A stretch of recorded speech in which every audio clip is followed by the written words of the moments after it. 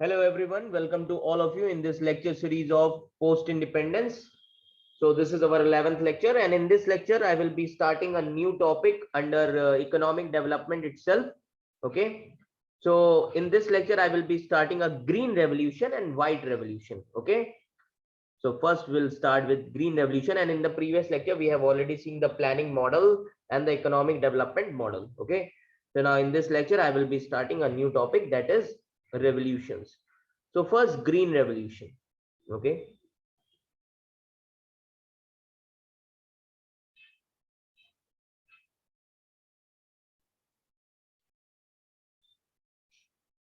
Green revolution, अब ये green revolution है क्या? तो सबसे अगर इसको हमें समझना है तो हमें पता होना चाहिए ग्रीन रेवोल्यूशन क्यों लाया गया था, बैकग्राउंड क्या था इसका. ओके. तो अब ये याद रखिएगा, कॉलोनियल टाइम में भी हमारा फोकस जो था एग्रीकल्चर, इंडिया रूरल इकोनॉमी थी, बट ब्रिटिशर्स ने हमारा एग्रीकल्चर पूरा बर्बाद कर दिया था because of zamindari system and land revenue settlements and all. Okay. So the focus of Indian agriculture was only on institutional reforms, not on the technological base for agriculture after the independence. Independence के बाद जो हमारा focus था agriculture पे, वो सिर्फ institutional reforms हो रहे थे. ओके. कि ये पॉलिसीज ये दिया जाना चाहिए, बट टेक्नोलॉजिकल बेस पे कोई भी रिफॉर्म नहीं हो रहा था एग्रीकल्चर में. Are you getting my point? ये याद रखिएगा. दूसरी चीज, अब एग्रीकल्चर की जो ग्रोथ थी 1949 से 1965 के बीच में, जो एग्रीकल्चर की ग्रोथ थी 1949 to 65. Okay. During this period agriculture की ग्रोथ कितनी थी? 3% per annum India. And India at that time, India had been facing food shortages since mid 1950s. India में क्या हो रहा था? Food shortages.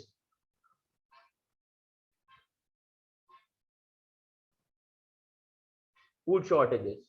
ओके. मिड 1950 से फूड शॉर्टेजेस होने लगे थे. अब गवर्नमेंट भी फोकस उस टाइम पे किस पे कर रही थी? पीएसयूज पे. उन्हें लगता था कि इंडस्ट्रीज से ही डेवलप होगा इंडिया, तो एग्रीकल्चर को वो नेग्लेक्ट कर रहे थे. ओके. सेकंड 5 ईयर प्लान पूरा किस बेस पे था? हैवी इंडस्ट्रीज पे. एंड दूसरी चीज, after the independence population growth एकदम से बढ़ना शुरू होती है. Population growth. Okay. Population growth, there was a massive jump in population growth rate after the independence. Steady rise in per capita income. Okay. Huge expenditure towards industrialization. per capita income भी बढ़ना शुरू होती है. Okay. Industrialisation भी बढ़ रहा होता है, बट प्रेशर किस पे आता है जब पॉपुलेशन बढ़ेगी? रिसोर्सेज पे. That means agriculture. agriculture. Okay. The pressure was on Indian agriculture and this resulted in massive demand. तो जब एग्रीकल्चर पे बहुत ज्यादा प्रेशर पड़ने लगा, डिमांड क्या हो रही थी? पॉपुलेशन ग्रोथ की वजह से डिमांड बढ़ती जा रही थी. Demand was increasing. तो अब फूड सिक्योरिटी के लिए इंडिया को क्या करना था? इंपोर्ट करना शुरू किया. To meet the food shortage, India was forced to import food in greater demand. India ने क्या किया? फूड को इंपोर्ट किया. Import food. Okay. In greater amount. अब फूड को इंपोर्ट करना इंडिया ने शुरू किया. Are you getting my point? ये याद रखिएगा. और उसी के बाद सबसे बड़ा डिजास्टर हो जाता है 1962 का वॉर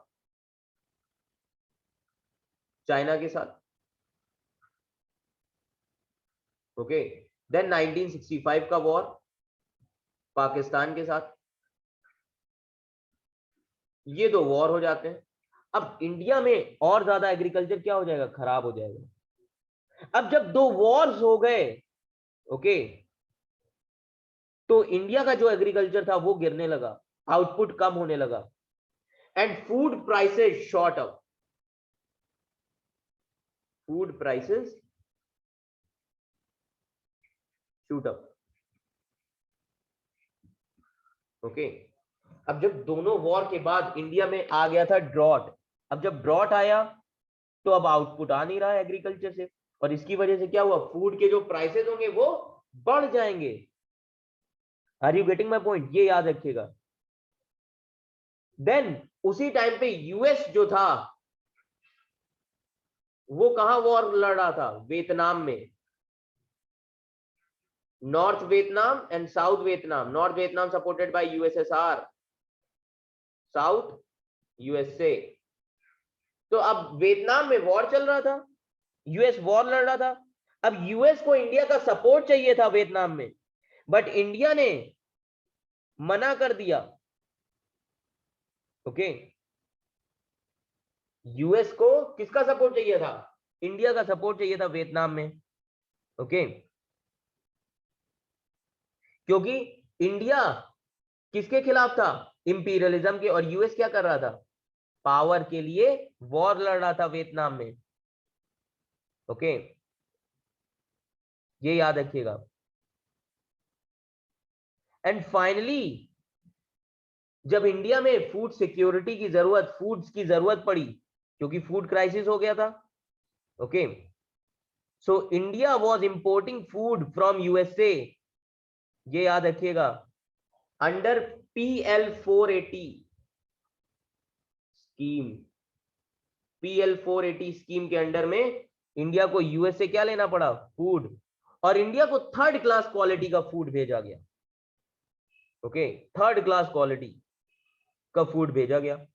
तब उस टाइम पे कौन थे, हमारे प्राइम मिनिस्टर लाल Bahadur Shastri.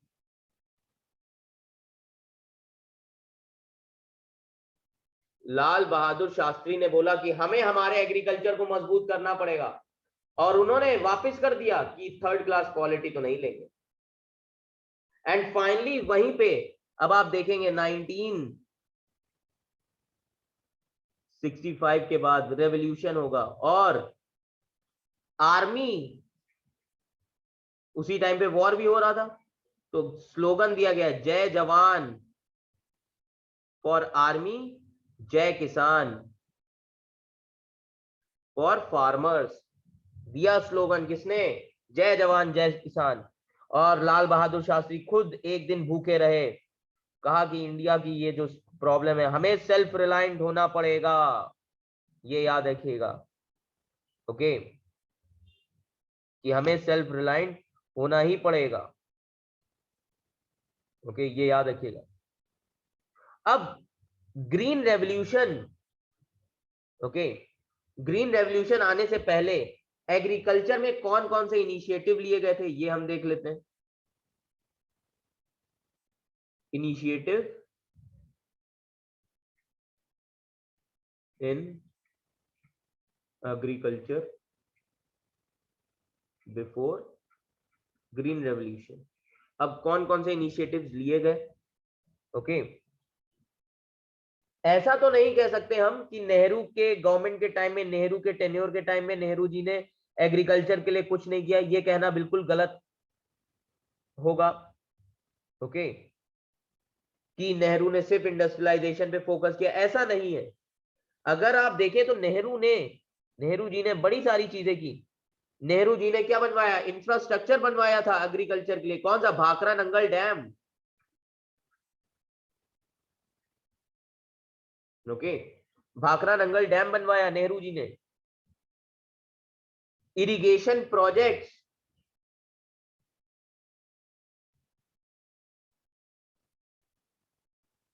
Okay, irrigation projects बनवाए, पावर प्रोजेक्ट्स, भाखरा नंगल, ये सारी चीजें बनवाई। एग्रीकल्चरल यूनिवर्सिटीज बनवाई।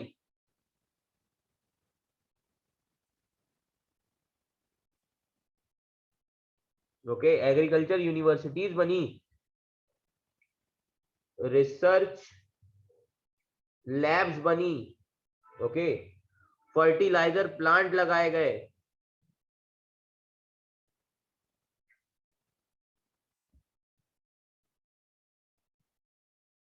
All these things were set up. Okay, fertilizer plants and all. Okay, अब ये सारी ही चीजें करी गई। Okay, and finally Lal Bahadur Shastri ने क्या किया, इंट्रोड्यूस किया ग्रीन रेवोल्यूशन। लाल बहादुर शास्त्री ने बोला जय जवान जय किसान, that we should be self reliant.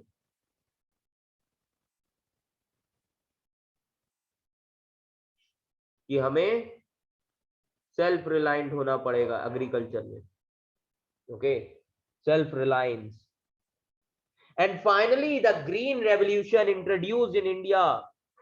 And this Green Revolution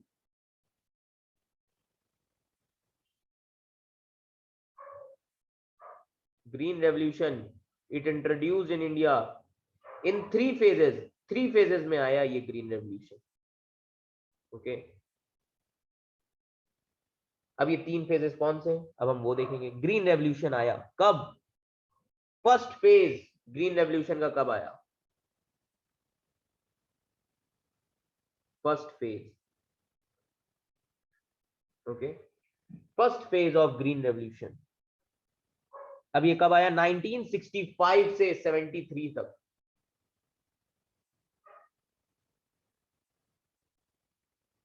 इस फेज में फर्स्ट फेज आया। एंड इस फेज में और ग्रीन रेवोल्यूशन में यूज क्या किया गया, high yielding variety seeds, HYV seeds, याद रखिएगा, high yielding variety seeds. First phase में क्या हुआ, फर्स्ट फेज में वीट को खूब प्रोड्यूस किया गया, वीट आया हमारे यहाँ, कहां से, नॉर्थ वेस्टर्न रीजन पंजाब। इस फेज में सबसे ज्यादा हमने क्या कल्टीवेट किया, वीट, कहां से, पंजाब, पंजाब, और कहां से, हरियाणा एंड यूपी। तो फर्स्ट फेज में Punjab, Haryana, UP, basically western UP, क्या कल्टीवेट किया गया, wheat, okay. Then second phase of green revolution, second phase शुरू हुआ,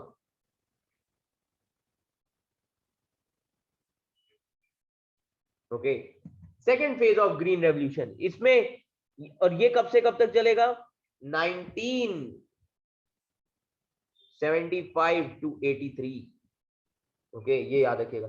कहीं कहीं पे आपको 1973 भी मिलेगा, but 75 most probably, okay, 75 to 83।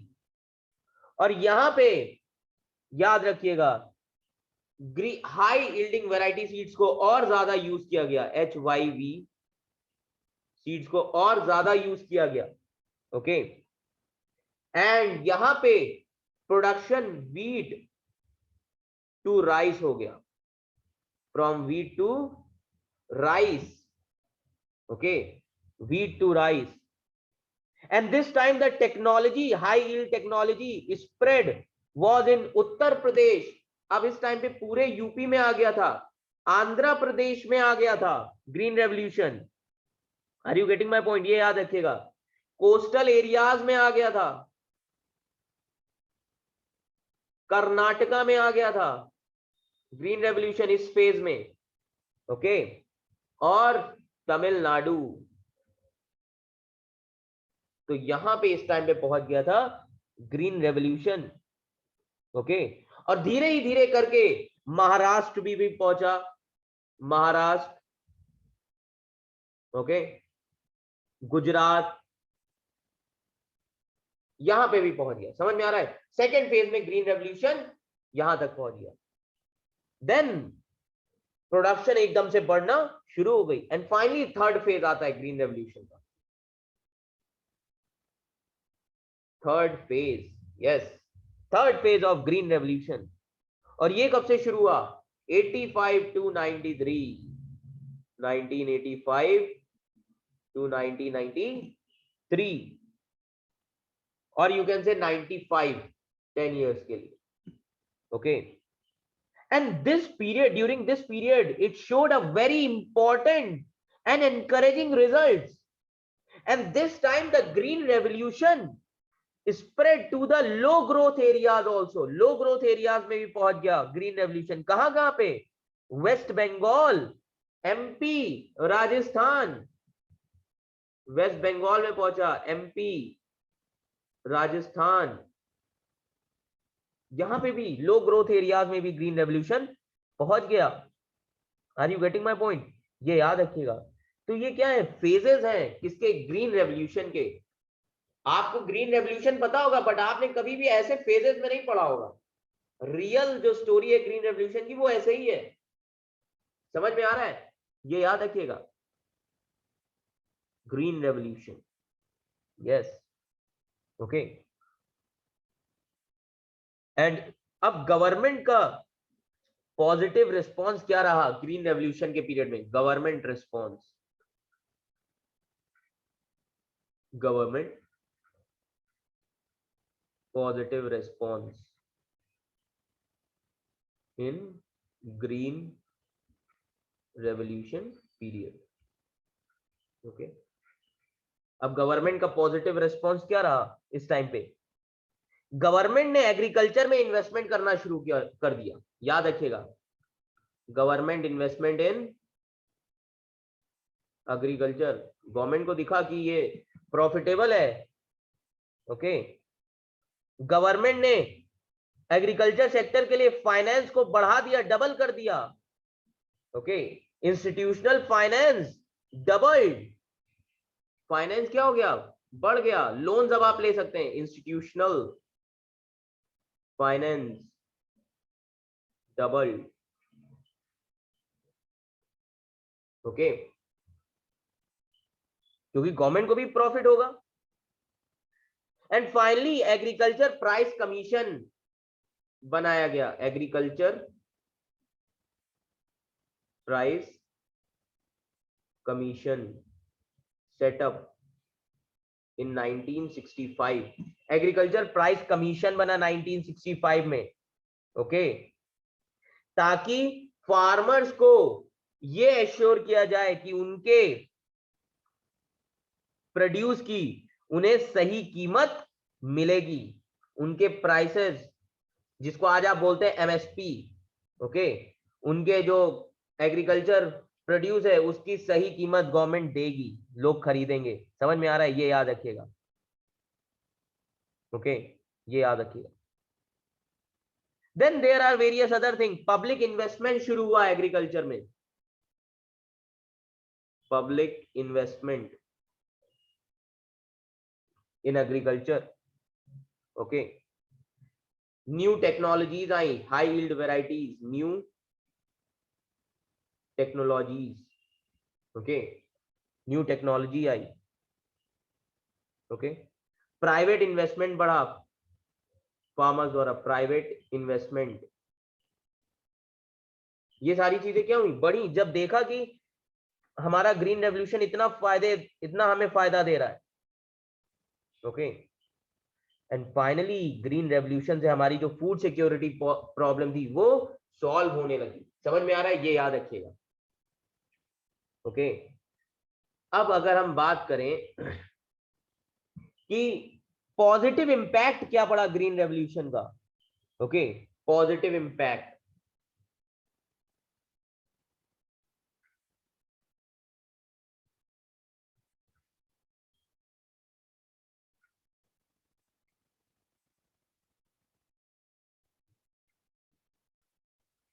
Positive impact of green revolution, okay. तो सबसे पहला पॉजिटिव इंपैक्ट की food production, food grain production rose, okay, ये याद रखिएगा, food production, food grain production एकदम से बढ़ गया हमारा। And by the 1980s, okay, by the 1980s not only was India self sufficient in food, okay, but also India started exporting food also, India ने export करना शुरू किया, जहां पे फूड्स की कमी थी उन कंट्रीज को फूड देना शुरू किया, ओके, ये याद रखिएगा। इंडिया खाली सेल्फ सफिशिएंट ही नहीं बना, India started exporting after 1980s, okay. And the critical impact of the green revolution, okay, critical impact क्या पड़ा ग्रीन रेवोल्यूशन का। अब ये चीज आपको सोचनी है, एग्रीकल्चर ग्रोथ रेट बढ़ गया, increase in agricultural growth, rate, समझ में आ रहा है, increase in agriculture growth rate. और जिन्होंने इन्वेस्ट किया उनको क्या हुआ, सरप्लस, तो मार्केटेबल सरप्लस, सरप्लस, ये याद रखिएगा, marketable surplus. Okay, and finally अब इंडिया पीएल 480 स्कीम के अंडर में इंपोर्ट नहीं करेगा। ओके, ये याद रखिएगा। तो ये सारी चीजें क्या थी, positive impact. Are you getting my point, ये याद रखिएगा, पॉजिटिव इंपैक्ट। और भी बहुत सारी चीजें थी। This green revolution, this not only generated employment in agriculture but also non agriculture, rural and semi urban employment. Okay, अब इससे सिर्फ एग्रीकल्चर में ही एम्प्लॉयमेंट नहीं आया, बहुत सारी एग्रीकल्चरल इंडस्ट्रीज बनी, वहां पे भी एम्प्लॉयमेंट हुआ। अब जब आप फूड ग्रेन प्रोडक्शन करोगे तो आपको भेजना होगा, तो इसके लिए आपको क्या चाहिए, ट्रांसपोर्ट इंडस्ट्री, ट्रांसपोर्ट इंडस्ट्री आएगी तो एम्प्लॉयमेंट क्या होगा, बढ़ता जाएगा। Are you getting my point, ये याद रखिएगा। So there was increase in the income of farmers. Okay, अब फार्मर्स की इनकम भी क्या हो गई थी, बढ़ने लगी थी। So finally, in Green Revolution, this Green Revolution had a major impact on rural poverty. Green Revolution का सबसे बड़ा impact कहां पड़ा, रूरल पॉवर्टी लेवल पे। And this rural poverty declined sharply. याद रखिएगा, rural poverty declined sharply. Okay, rural poverty declined sharply. Okay, availability of food stocks, अब हमारे पास फूड स्टॉक्स थे। वेजेस बढ़ने लगे मजदूरों के, राइज इन वेजेस, ये सब क्या है, ये सब पॉजिटिव इंपैक्ट। अब नेगेटिव इंपैक्ट क्या है ग्रीन रेवोल्यूशन के,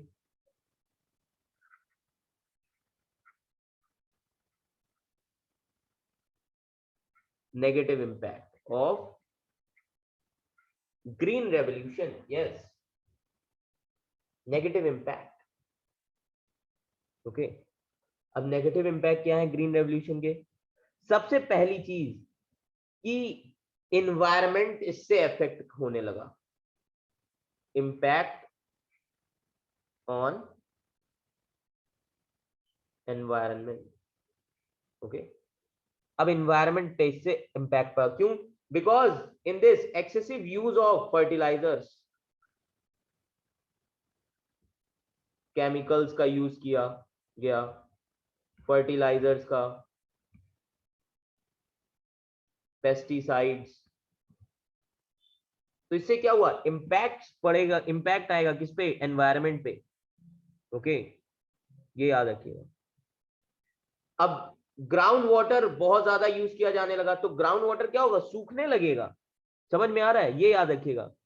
excessive withdrawal of ground water for irrigation, okay, उससे क्या होगा, अनसस्टेनेबल हो जाएगा।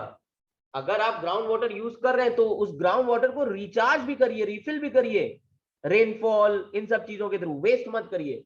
तो इससे क्या हुआ, excessive use of ground water.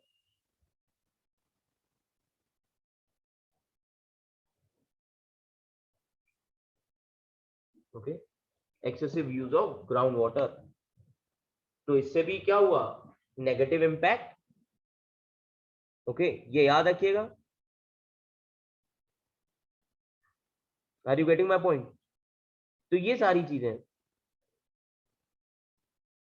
And farming community को अपीज करने के लिए, फार्मिंग कम्युनिटी को खुश करने के लिए ग्रीन रेवोल्यूशन में बहुत सारी पॉलिटिकल पार्टीज ने इलेक्ट्रिकल पावर, ओके, फ्री कर दी थी, फ्री इलेक्ट्रिकल पावर दे रहे थे, जिसकी वजह से मिसयूज होने लगा इलेक्ट्रिकल पावर का, और इससे इंडियन इकोनॉमी की हेल्थ पे नुकसान पड़ा। अब इलेक्ट्रिक पावर मान लीजिए आपको सब्सिडी के साथ या फ्री मिल रहा है, तो मिसयूज नहीं करिए, क्योंकि खर्चा बर्डन किस पे आएगा, इंडियन इकोनॉमी पे, तो उससे इंडियन इकोनॉमी पे भी इंपैक्ट पड़ेगा। तो ये सब क्या है, नेगेटिव इंपैक्ट, याद रखिएगा। Excessive free electricity, electric power resulted into the health of Indian economy. मैंने बताया क्यों, क्योंकि लोग मिसयूज करने लगे इलेक्ट्रिक पावर का, फ्री का अगर मिल रहा है। समझ में आ रहा है, ये याद रखिए। So this is all about the green revolution. आज आपका पूरा कॉन्सेप्ट क्लियर हो गया होगा एंड आपको नोट्स मिल जाएंगे, उसमें देख लीजिएगा। समझ में आ रहा है? So this is all about green revolution. Okay, क्यों आया मैंने बता दिया, वॉर हो गया था, ड्रॉट आ गया, ये सारे बैकग्राउंड था। समझ में आ रहा है, ये याद रखिए। So this is all about green revolution, and in the next lecture I will be discussing white revolution, Operation Flood. Is that clear? So thank you class, thank you so much.